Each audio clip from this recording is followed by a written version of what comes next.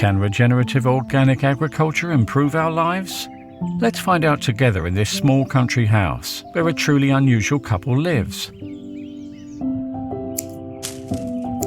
Every morning, Mr. and Mrs. Bloom take care of each other with the same care that they have for the environment. Artistic expression is vital for the Blooms.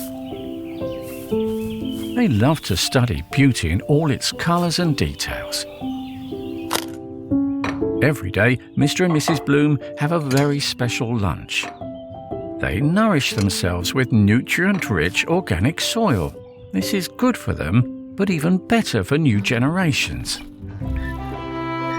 After lunch, it's tea time with the Bloom's closest friends, flowers and plants. And some tea for Leopold too.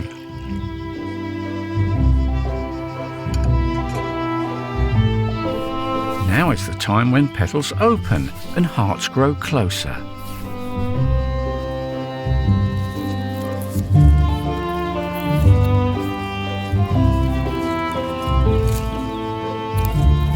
These are the hours of love. It seems that the family will soon expand. The Blooms are seeding a more regenerative future.